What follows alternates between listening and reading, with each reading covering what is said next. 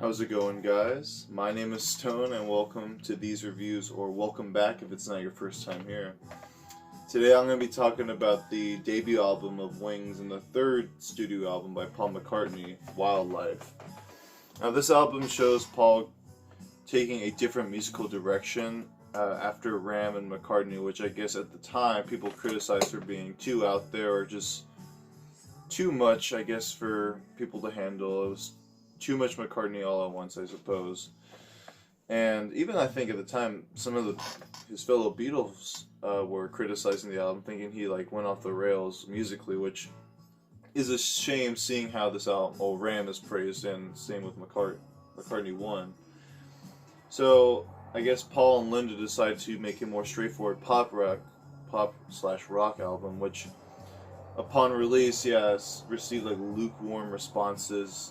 And a lot of people criticize this album for being too straightforward and too much of an easy listen, very lightweight music, which is kind of funny just to think about now, because he seemed like they wanted something more than Wildlife but less than Ram. So I don't know, I couldn't imagine being Paul around this time, before Band on the Run but after the breakup of the Beatles.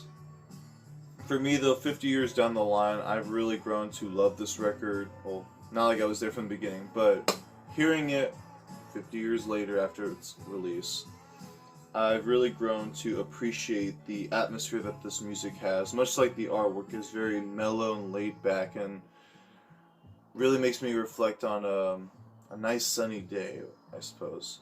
To provide some context before I go into the track listing, I remember when I first was made aware of this album, I heard the title track, and I was taken aback by how good it was. So on the way from my house to the beach, I decided to go on a bike ride on a nice, perfect sunny day, and I decided to listen to this album thinking that the music matched the cover. And I'd say I was pretty correct on that aspect, because that bike ride was only made better by Wings, I guess, with the music being so sunny and so melodic and just so lovely. Very charming, I suppose. And I feel like maybe I'm a little biased because of that memory, because it always takes me back to just that moment in time. But like I said, I think the music and the melodies on here really enhance that experience, and really enhance any good experience on a nice sunny day, I suppose, or whatever you like to do. Whatever weather you prefer, I guess. But yeah, this album, I'm not going to come here and say it's a perfect album by any means, because there is some faults I'll get into. But I really do like all the songs on. Oh, sorry. I really like the atmosphere on this record. To open side one, we have Mumbo, which is a great rocker, probably the most energetic song on the album. Though I'm not a big fan of the gibberish vocals that Paul kind of brings. Well, not vocals, lyrics. His vocal performance is still astounding, and it's just very fun. I just love how he just kind of wails around, very McCartney-esque. The kind of thing about McCartney I admire a lot. Makes me try to sing with him, though I could never hit those same notes as he can. I also think the guitar work on the opening track is probably the best.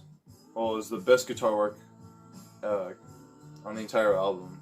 In the sense that it's got a nice tone to it, it just sounds really rocking, and like I said, it really gets you into the album. It has such a nice drive to it that, though it doesn't match the rest of the music, I think, it's still such a great opener that really pulls you into what's to come.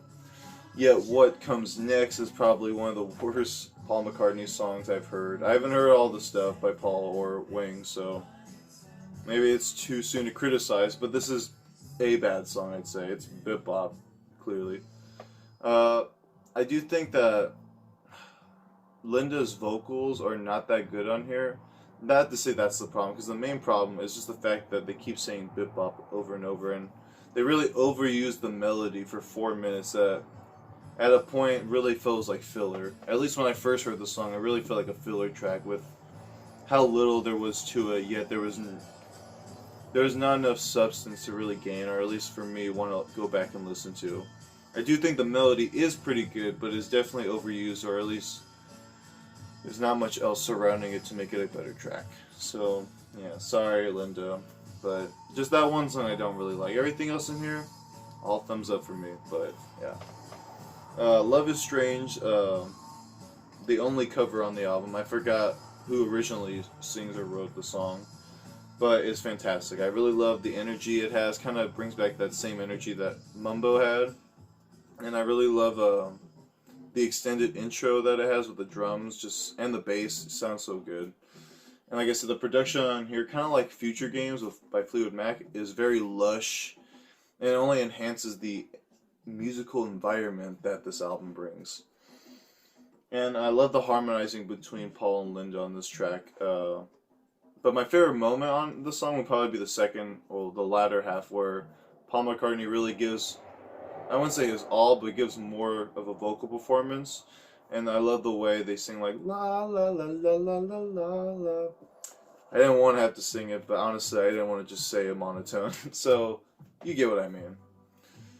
And then we close side one on probably, well, the strongest song on side one. And like I said, the song that took me back when I first heard it was Wildlife, the title track.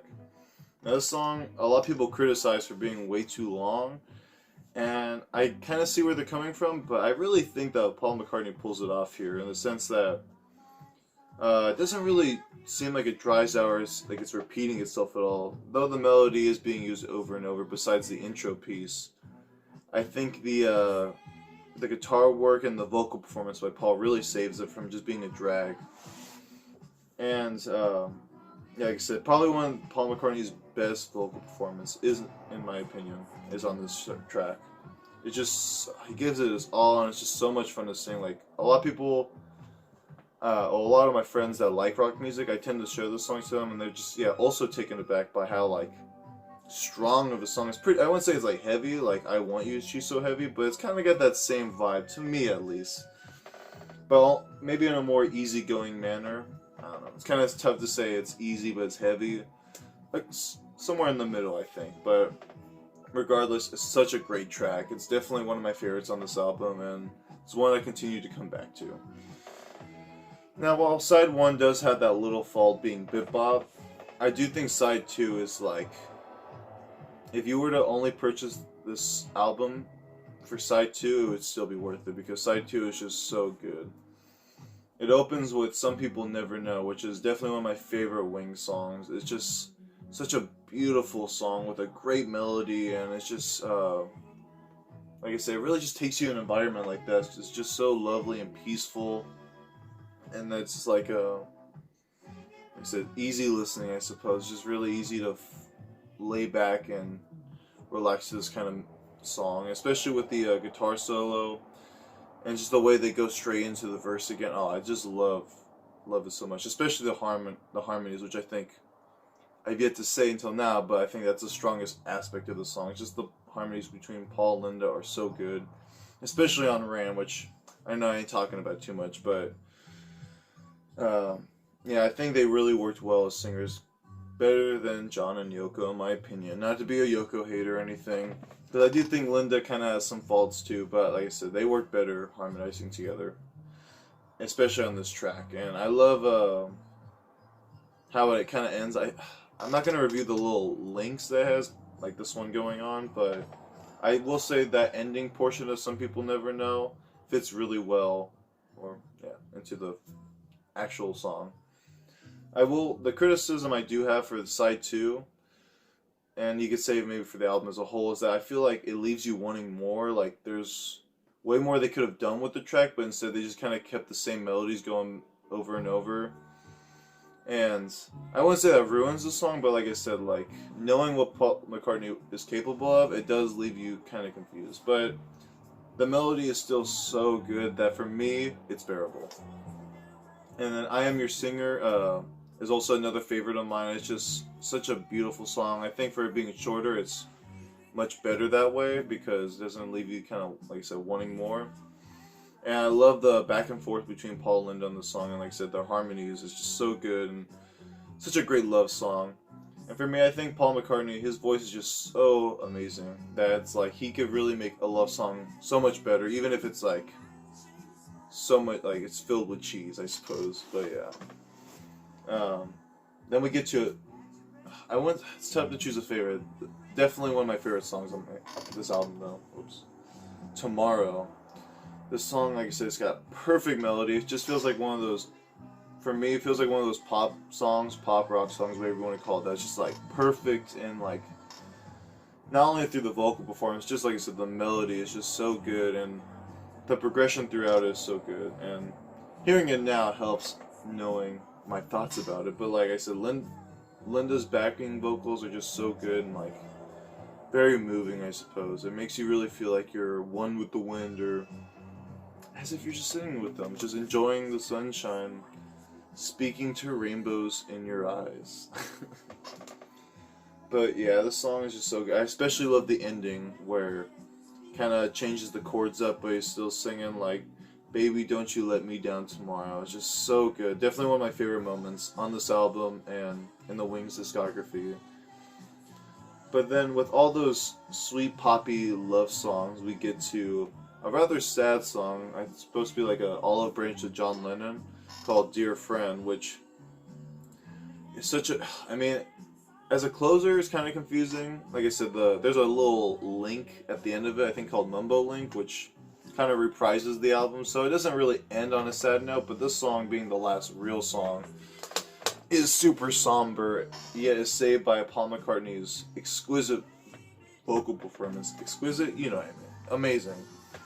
And for me, I think this song, like Some People Never Know, and you even say Bip Bop, where it's like, I feel like he could have done so much more with the track, in the sense that he only has one verse going back on and on throughout it.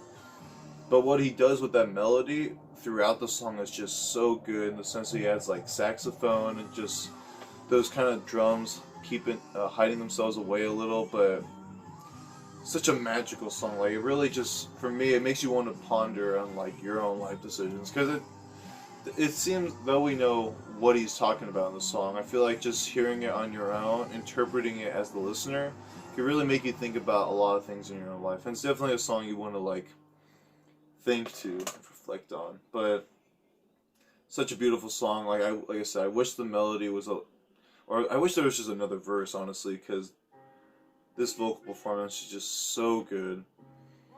And I'm glad it doesn't end on this note, because like I said, this would have been pretty sad. But such a amazing song. It's hard to say it's not a good song. Like I said, the only criticism I have is the fact that it's like, there could have been more, but there can always be more. I feel like I'm kind of ranting about this album, like it should be a prog album. I'm not trying to be that guy, but I don't even know what I'm complaining about, because like I said, this song rocks. That's just like, if anything, a very minor criticism. But yeah. As I already mentioned, it ends on Mumbo Link, which I say is a pretty good, fair conclusion to end on. I'm not really a big fan of the little pieces of instrumentation, the little instrumentals on side 2. Not like I hate them, but like, they're really, for me, just like throwaway parts. Like, they don't really feel that needed. But except for the last one, I suppose. I mean, if you count the ending to Some People Never Know, if that's its own thing, then I count, that one's good too. But yeah, that's basically all I have to say. I'll kind of show off what my copy.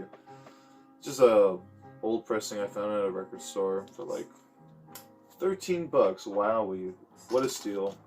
Records are like at least $20 nowadays, but I love the back of it where it has the little illustration of them with wings. And I realized it just said, "Can you dig it?" Oh my god, like the Dig It song off Let It Be. Another album I reviewed, which you should check out if you like it. But I also showed this up. I don't think this is part of the artwork for it. I thought it was, but on the inner sleeve it has this little piece too, which I think kind of fits with the nature theme that this record has. I forgot to mention too the names. I forgot which Denny is Denny, but I know it's Paul Linda and then 2 Dennys. Denny Lane and then another Denny. So yeah, my favorite side, clearly side 2, as I've portrayed already. And then my top 3 songs, it's tough. Like, I know the top 2 are Tomorrow and Some People Never Know, but I think the third would be Wildlife. As much as I love Dear Friend, I think Wildlife just, I just like what it has going on, I suppose. So yeah, I hope you guys enjoyed this review. Let me know your thoughts about this album. Let me know what I should review next, because I have a list kind of going. I'm not as consistent with it as I seem to be over time, but I'm trying to review a Can album next, so make your guess as to which one it'll be. And yeah, until then, I will see you guys later, and yeah, I hope you have a good one. Bye bye.